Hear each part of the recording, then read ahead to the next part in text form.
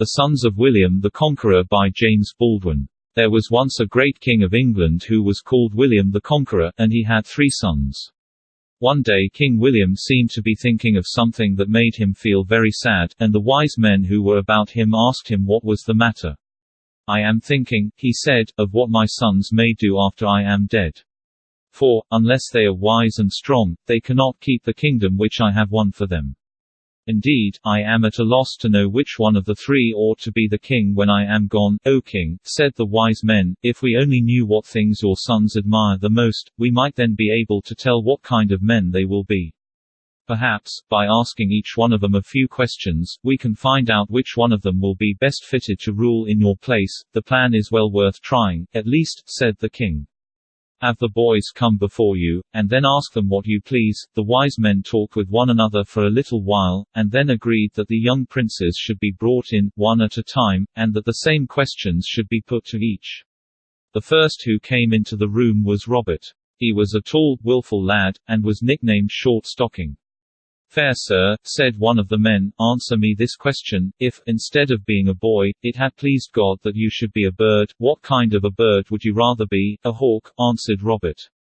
"I would rather be a hawk, for no other bird reminds one so much of a bold and gallant knight." The next who came was young William, his father's namesake and pet. His face was jolly and round, and because he had red hair he was nicknamed Rufus, or the Red. "Fair sir," said the wise man, "answer me this question: if, instead of being a boy, it had pleased God that you should be a bird, what kind of a bird would you rather be?" "An eagle," answered William. "I would rather be an eagle, because it is strong and brave.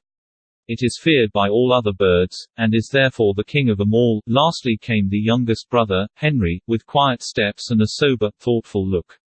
He had been taught to read and write, and for that reason he was nicknamed Beauclerk, or the handsome scholar. "Fair sir," said the wise man, "answer me this question: if, instead of being a boy, it had pleased God that you should be a bird, what kind of a bird would you rather be?" "A starling," said Henry.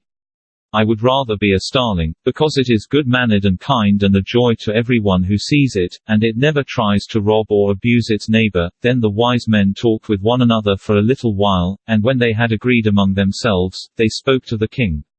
"We find," said they, "that your eldest son, Robert, will be bold and gallant. He will do some great deeds, and make a name for himself, but in the end he will be overcome by his foes, and will die in prison. The second son, William, will be as brave and strong as the eagle, but he will be feared and hated for his cruel deeds.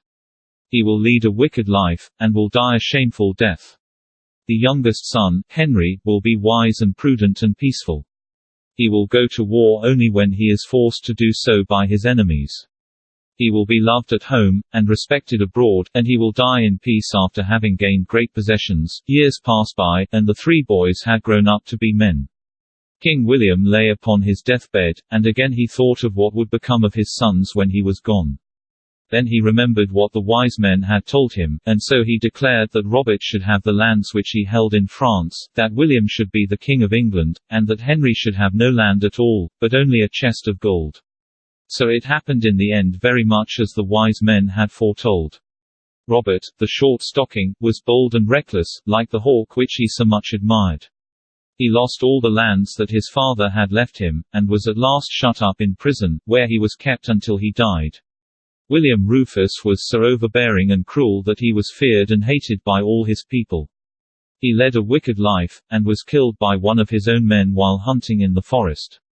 And Henry, the handsome scholar, had not only the chest of gold for his own, but he became by and by the King of England and the ruler of all the lands that his father had had in France.